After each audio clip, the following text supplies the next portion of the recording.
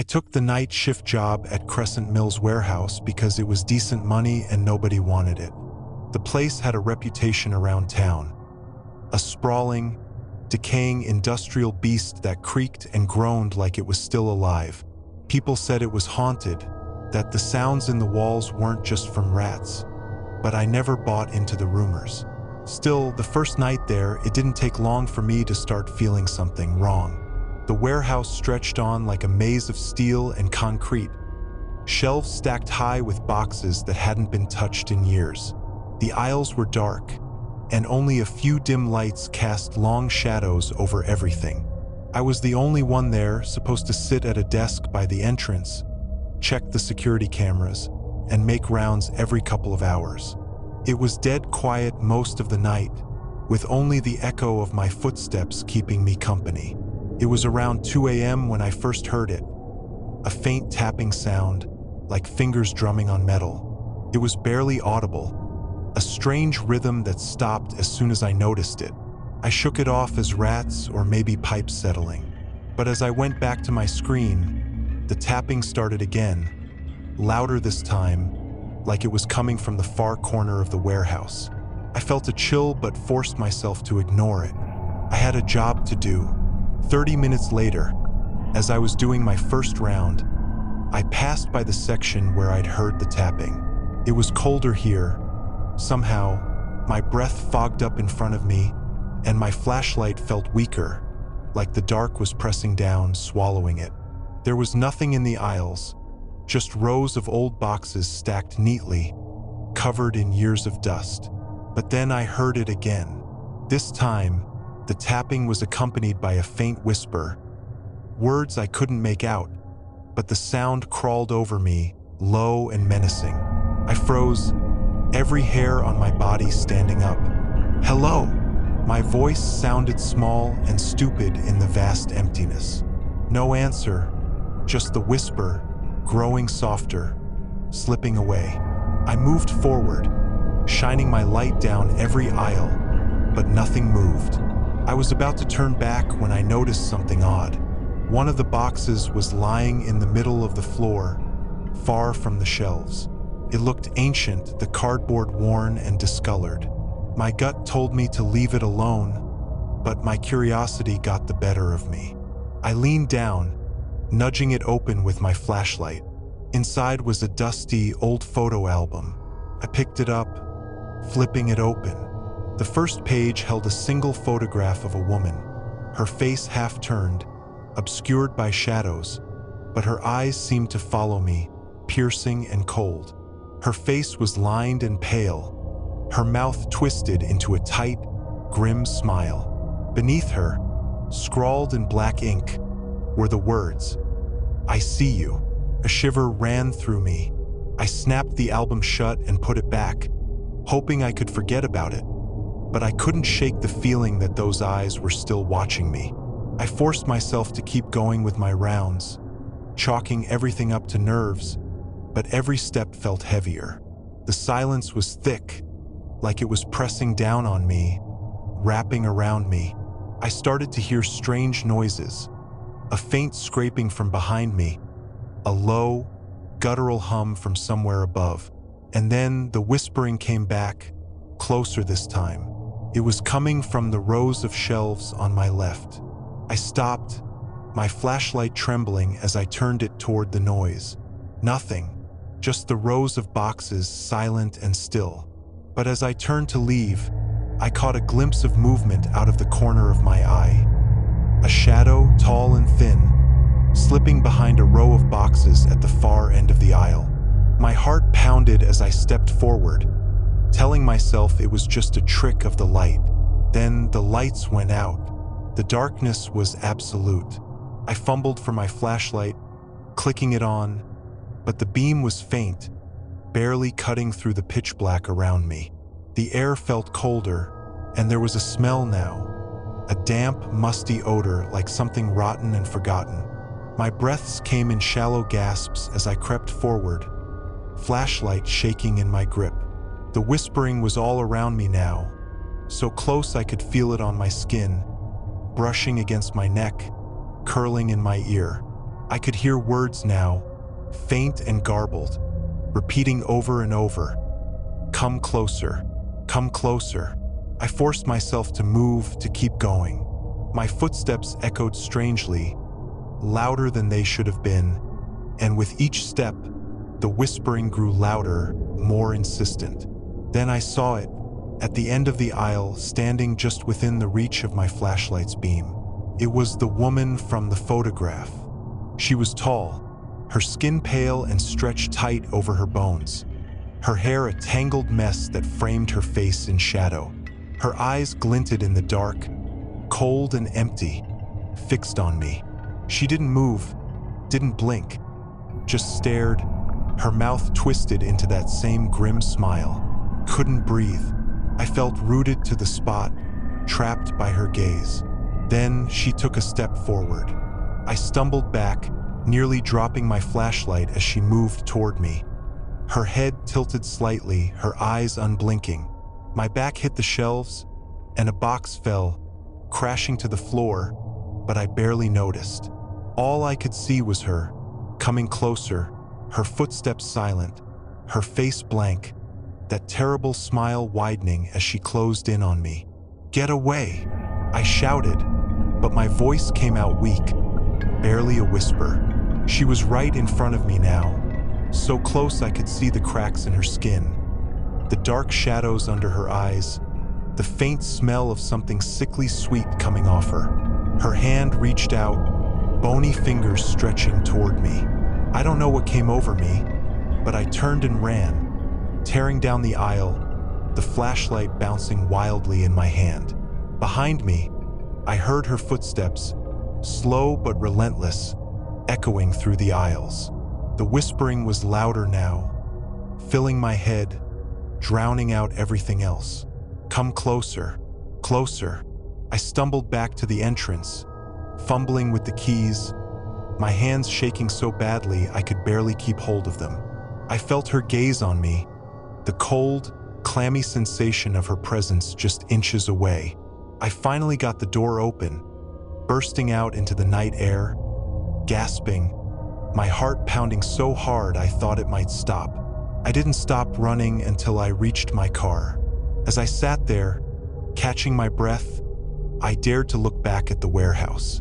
In one of the broken windows, I saw her face, watching me, that terrible smile fixed in place, her eyes following me as I drove away.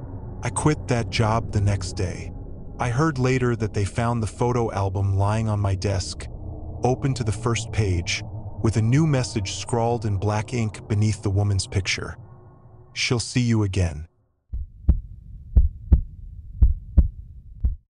It started as a way to make some extra cash. The night shift at the old convenience store in town seemed easy enough. The hours were brutal, 11 p.m. to 7 a.m., but the place was usually dead at night. Just me, a couple of flickering fluorescent lights, and the low hum of the cooler in the back. The store sat on the edge of town, right off the main road, with nothing but empty fields stretching out on either side. The nearest building was the gas station a half-mile down the road.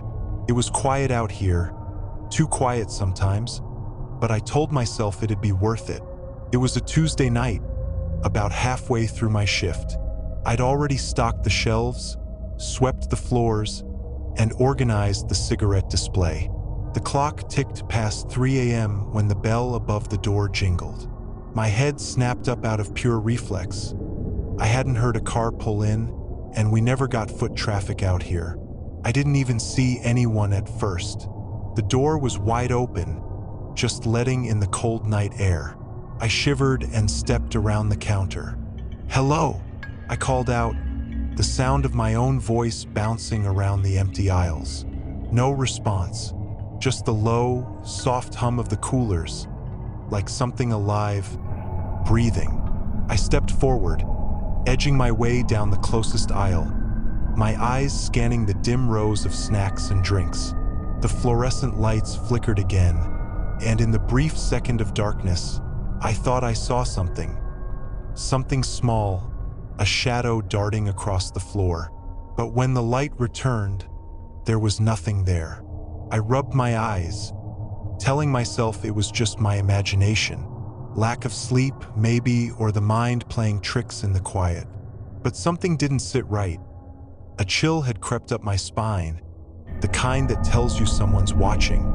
I forced myself back to the counter, trying to focus on anything else, but I kept glancing back at the door. Another hour passed. It was around 4:15 a.m. when the door jingled again. This time, I was sure I'd heard footsteps. A slow, dragging sound that made my skin crawl. I forced myself to look up. A figure stood just outside, partly obscured by the shadow of the doorway. I couldn't make out the face, just the silhouette of someone tall, hunched slightly, with something in their hands. "Can I help you?" My voice was barely a whisper, too quiet, as if even I didn't want to break the silence. The figure didn't respond. It just stood there, its face lost in shadow, but I could feel its gaze fixed on me, cold and unwavering. The figure finally took a step forward, slow and deliberate. I wanted to run, to scream, but something held me in place. A paralyzing fear that rooted me to the spot. As the figure stepped into the light, I could make out more details. Ragged clothes, thin and pale skin, hands too long and fingers too thin, almost skeletal. Its eyes were hollow, like two dark pits, staring right through me. The thing it was holding, it was a mask, porcelain white, with an eerie, frozen smile. Are you here to buy something?" I stammered, my hand inching toward the phone on the counter. The figure tilted its head, studying me. Then, in a voice that barely sounded human, it whispered, "Help me, I need to find it." "Find what?" I whispered, but the figure didn't answer. Instead, it drifted, past me, gliding down the aisles with a jerky, unnatural gait. I watched, frozen, as it searched the shelves, lifting boxes and cans with its thin, bone-like fingers, sniffing them before discarding them on the floor. I knew I should call the police or someone, but I couldn't move. The entire store felt colder, darker somehow, like the light was being pulled into the figure itself, like it was some kind of black hole. Then it stopped. It was holding a small, dusty box from the back shelf. I squinted to see what it was. A package of expired cough drops, of all things. The figure held it close, pressing it against its chest, its dark eyes wide with a sick sort of glee. "Found it?" It hissed, and for a moment, I thought I saw something shift beneath its skin, like something crawling, writhing. It turned to me, the mask in its hand now covering its face, that awful, fixed smile staring back at me. "Thank you," it whispered, before it began to retreat toward the door. But then it paused, just as it was about to step out. Slowly, it turned back to me. "I left something here," it said, its voice now distant, hollow, like it was fading away. "Something you must keep." Before I could respond, the door swung shut, and it was gone. I stumbled forward, wrenching the door open, my eyes scanning the parking lot, but there was nothing there, just the empty fields, stretching endlessly under the night sky. My heart still pounding, I turned back to the counter, and that's when I saw it. A small, tattered notebook lying on the floor, right where the figure had been standing. I picked it up, my hands shaking as I flipped through the pages. Most of them were blank, but near the back, there was a single message scrawled in red ink, as if written in haste. "He's coming back." I dropped the notebook like it had burned me, my stomach churning with a growing dread. I didn't know who he was, but somehow I knew that whoever or whatever had visited me tonight wasn't finished. I didn't wait until the end of my shift. I left, locking up the store, not daring to look back. As I drove home, I could swear I felt that same cold gaze watching me from the darkness along the road, waiting, biding its time. I never went back to that store. 2 weeks later, I heard on the news that the place had burned to the ground under mysterious circumstances. The owner said they'd found a notebook among the ashes. Its cover charred, but the pages inside untouched, with one last message scrawled inside: "I'll be back for you." The job at Pinehurst Rest Home seemed easy enough. Watch the place from 10 p.m. until 6 a.m., make rounds every 2 hours, keep an eye on the cameras, and make sure everything was in order. I had worked security before, but Pinehurst was something else. A creaky, rundown facility on the edge of town that had been converted into a retirement home decades ago. Only the cheapest of management would allow a place like this to stay operational. The residents were mostly shut-ins, elderly folks who were either too ill or too forgotten to ever leave. There was always an uncomfortable vibe here, a coldness that wasn't just about the temperature. Rumor was that Pinehurst had once been a psychiatric hospital, that the walls had seen things no one should see. But I'd laughed that off. It was just an old building, nothing more. My first night there, I was at the front desk flipping through a battered magazine, occasionally glancing up at the cameras. The hallways were empty, the rooms silent, nothing but the quiet hum of the heating vents and the occasional groan of the old pipes. Around midnight, I was making my first round, walking down the long, narrow hallway that led to the east wing, when I heard it, a low, almost inaudible humming, like someone singing a lullaby to themselves. I froze, listening, but the sound faded as soon as I stopped moving. I turned, scanning the dimly lit corridor, but it was empty. I shook my head, blaming it on my nerves, and continued on. I went back to the front desk, trying to push the sound from my mind, but it stayed with me, echoing in the back of my thoughts. Around 2 a.m., I took another round. This time I felt watched. The hallway felt tighter, the air thicker, pressing against me. As I passed one of the resident rooms, I glanced through the small window in the door. Inside, a frail old woman sat up in bed, staring directly at me. Her eyes were wide, unblinking, her face pale and rigid. She looked like a statue, frozen in fear. I tried to wave at her, but she didn't react.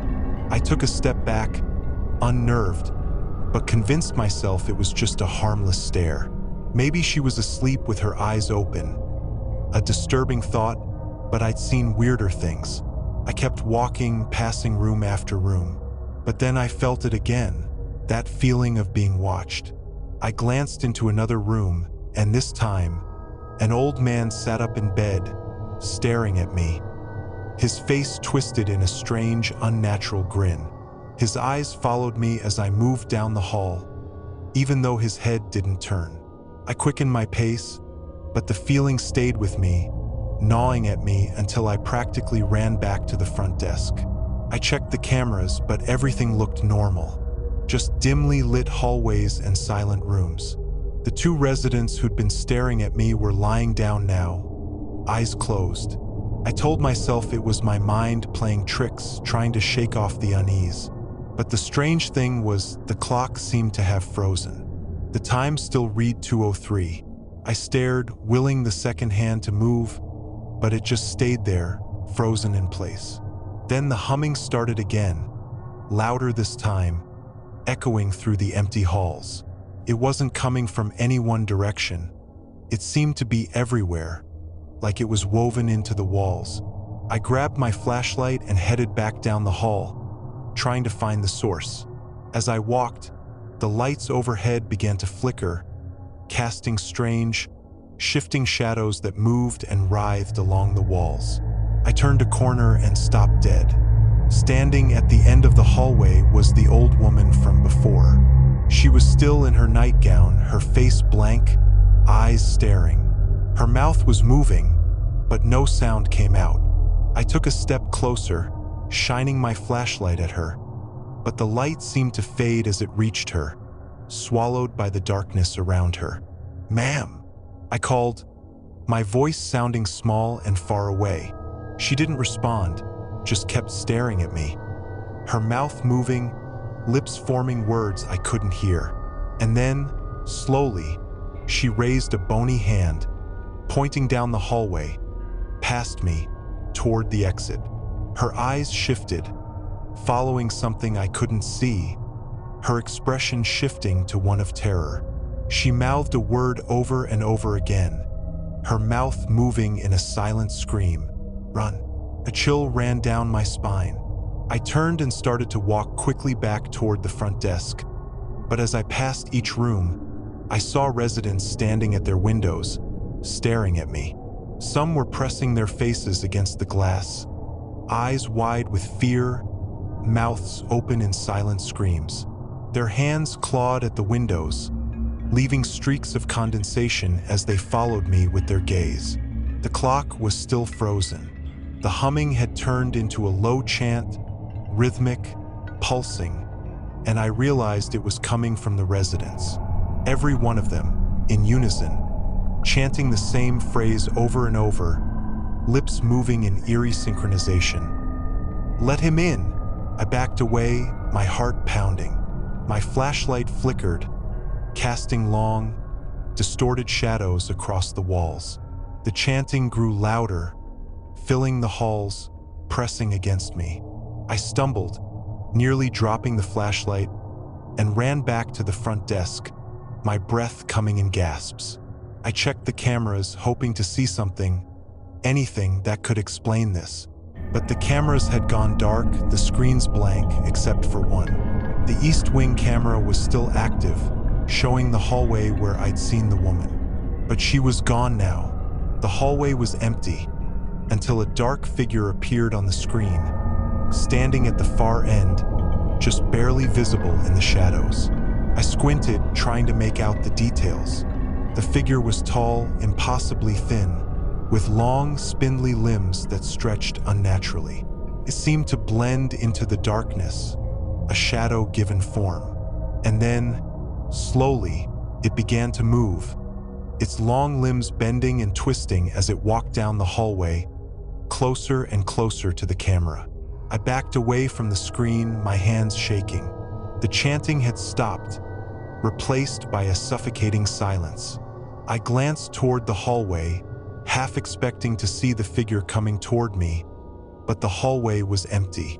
Suddenly, the front door rattled, as if something was trying to get in. I froze, listening as the door shook violently, the handle turning back and forth. The glass began to crack, splintering under some unseen pressure. I could hear a voice now, deep and guttural, whispering my name over and over, urging me to let it in.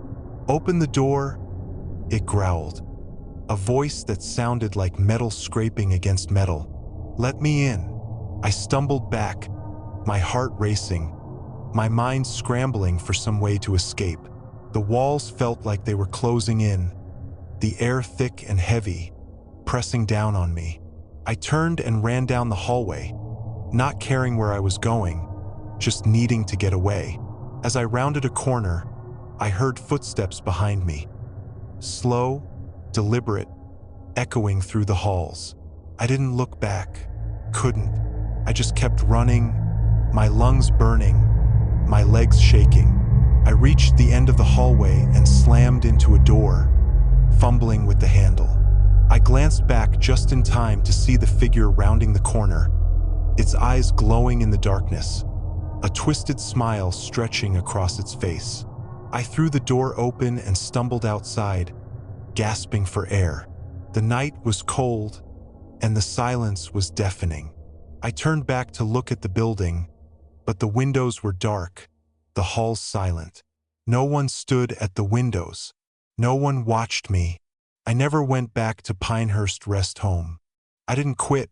I just left, leaving my uniform and badge on the steps. I heard later that the place shut down not long after, condemned for unsafe conditions. Sometimes late at night, I still hear that humming. The job at St. Matthew's Memorial Hospital came out of nowhere, but I needed the work. It was just a few nights a week, covering the graveyard shift as an overnight janitor. The hospital wasn't huge, but it was old, built in the early 1900s. They'd shut down certain floors, claiming they weren't up to code. But there were whispers that it was because of events. People told me stories about the place. Nurses who'd disappeared, doctors who'd gone mad. It was the usual ghost story fodder, the kind you heard everywhere. But I didn't believe in that kind of stuff. The first night went smoothly enough. I kept to myself, mopping floors, scrubbing toilets, emptying the occasional overflowing bin. It was dead silent on the upper floors, which had been repurposed for storage. Lights flickered now and then, but I just shrugged it off. It was an old building. What could you expect? But on my second night, things got strange. I was cleaning the hallway outside the old surgical ward on the 5th floor when I saw something out of the corner of my eye. Just a flicker, like movement. I turned quickly, but the hall was empty. Only the shadows cast by the emergency lights played on the peeling wallpaper. I chalked it up to my imagination and kept mopping. Then I heard it, a faint rustling, like someone shifting in bed. A shiver went down my spine. No one was supposed to be up here. The entire floor had been shut down over a decade ago. I held my breath and listened. The sound came again, this time closer, a dragging noise, like feet shuffling across the floor. I glanced around, but saw no one. Trying to ignore the knot in my stomach, I resumed mopping, occasionally looking over my shoulder. I told myself it was nothing, just nerves. But as I passed the door to the old operating theater, I heard something that made my blood freeze. A faint, high-pitched whisper, like someone was standing right beside me. I couldn't make out the words, but it was insistent, repeating over and over. I felt a rush of cold air and glanced at the door. It was ajar, just a crack, and inside, it was pitch black. "Hello," I called, immediately regretting it. My voice echoed down the empty corridor. No response, just a creeping silence that seemed to fill every corner. I was about to walk away when the door slowly swung open, revealing the darkness inside. My heart pounded, every instinct telling me to turn and run. But something compelled me to look. I clicked on my flashlight and shined it into the room. The operating theater was small, with a single bed in the center, the kind with restraints. Old, rusty surgical tools lay scattered on a metal tray beside it, and the air was thick with the scent of disinfectant and decay. I stepped inside, and that was when I saw it, the figure of a person lying on the bed, covered with a blood-stained sheet. For a moment, I couldn't move. I stared, horrified, at the pale hand that hung over the edge of the bed, fingers curled in rigor mortis. And then the hand twitched, just the slightest movement, as though it were reaching for something. I stumbled back, nearly dropping the flashlight. Then I heard it again, the whispering, louder this time, filling the room. I turned, feeling my heart hammering against my ribcage. There was no one there, but the whispers kept growing, an endless chorus of voices, all saying the same thing. "Help me. Please, help me." I ran out of the room, slamming the door behind me. My hands were shaking, but I forced myself to finish my shift. Every hallway felt haunted. Every shadow stretched and twisted like it was reaching for me. The whispers followed me, faint but persistent, echoing off the walls as I hurried through my rounds. By the time my shift ended, I was more than ready to leave. But just as I reached the stairwell, something caught my eye, a light flickering at the end of the hall. It was coming from a room that hadn't been used in years. My stomach twisted, but I couldn't help myself. I walked toward it, each step feeling heavier, like I was moving through water. The door to room 509 was open just a crack, light spilling out from within. I pushed it open, and my flashlight fell to the floor.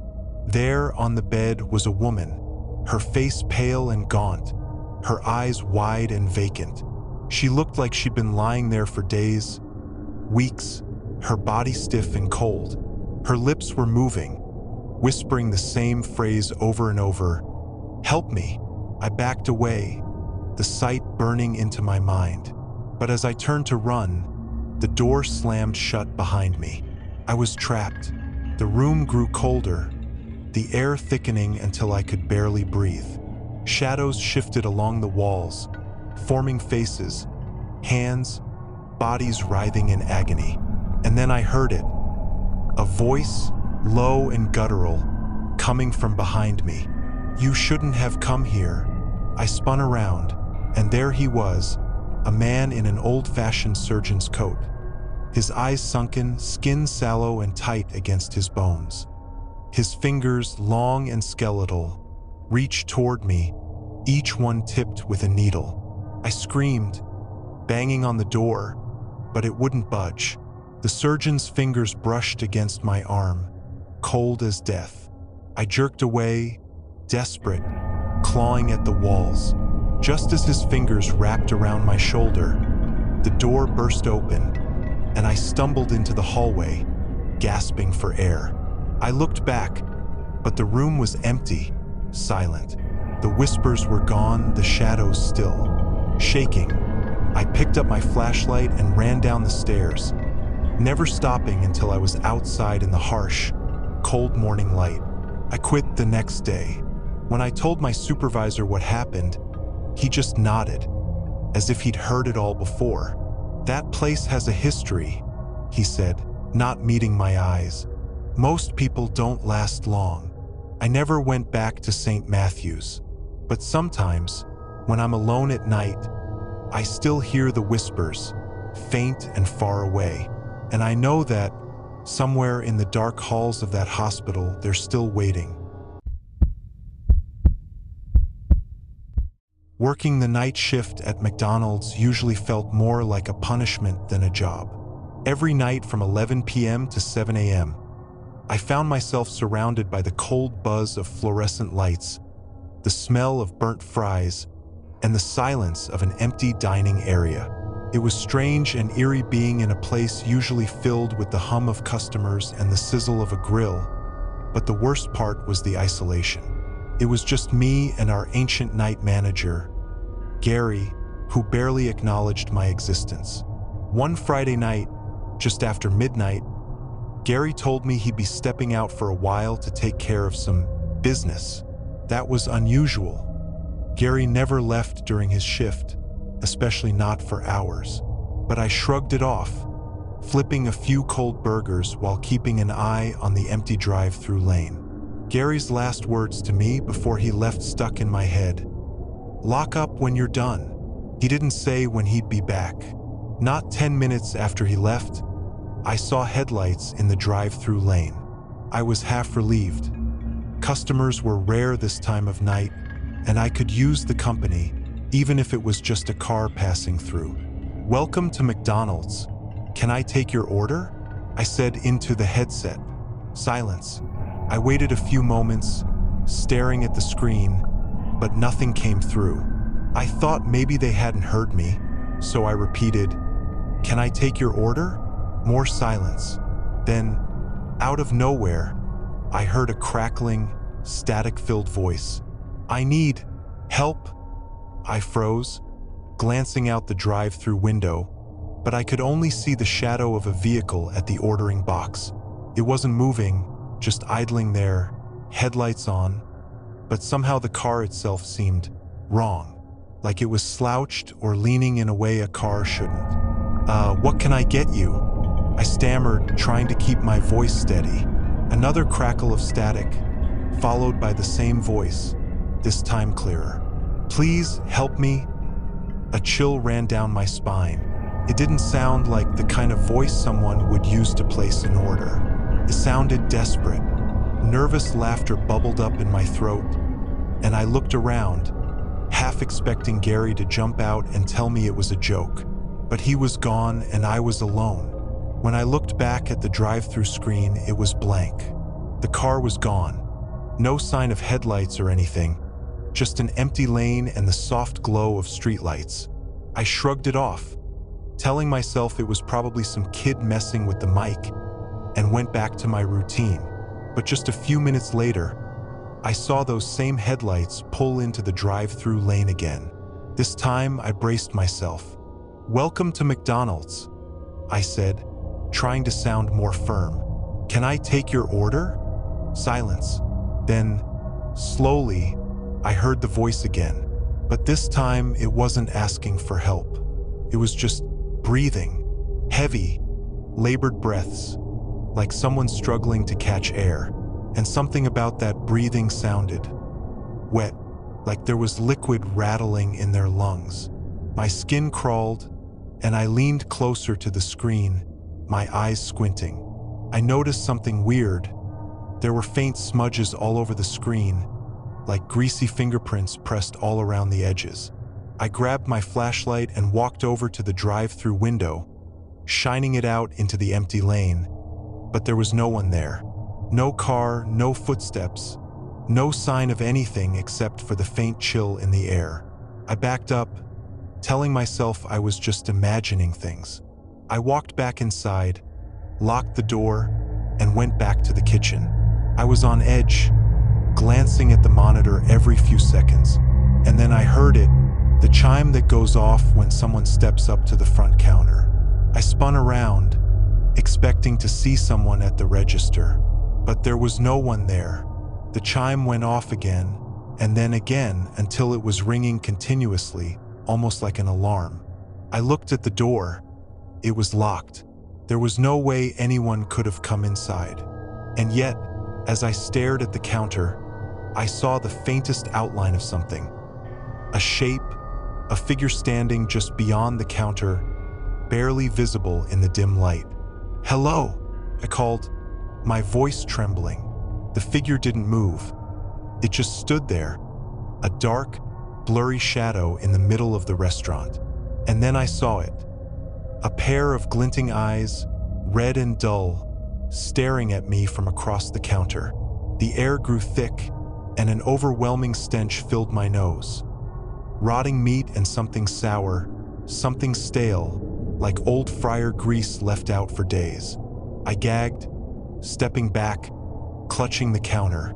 The figure began to move, drifting toward me, its eyes fixed on mine. I backed up, my heart pounding, until I felt the cold, hard surface of the freezer door behind me. I glanced back, and for a split second, I considered hiding in the freezer. But the thought of being trapped in there with whatever this was made me freeze in place. The figure drew closer, and now I could see its face, or what was left of it. Its skin was sagging, grayish-blue, with chunks missing, like it had been rotting for weeks. Its mouth hung open, a blackened, gaping hole with rows of jagged teeth. Then it opened its mouth wider, emitting a low, rattling moan, echoing through the empty restaurant. The lights flickered, and for a split second, the entire place went dark. When the lights flickered back on, the figure was gone. I stood there, shaking, trying to convince myself I hadn't just seen what I thought I'd seen. I took a deep breath, but the smell lingered, thick and rancid.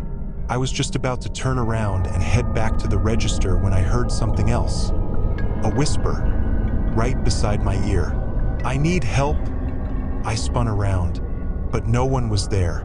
My heart hammered, and I stumbled back, nearly slipping on the greasy floor. I couldn't take it anymore. I sprinted for the door, fumbling with the lock, and burst out into the cold night air. I didn't wait for Gary. I didn't look back. I just ran, leaving the McDonald's in the dead of night, leaving behind whatever horror lurked in those shadows. When I returned the next day to quit, Gary just gave me a slow nod, like he'd been expecting it. He didn't ask me why. He didn't even look surprised. He just gave me a small smile and said, "It's always like that on the night shift." I I never went back, but sometimes, when I pass by that McDonald's late at night, I see headlights in the drive-through lane, idling, waiting, and I swear I can still hear the faintest whisper on the wind. Help me,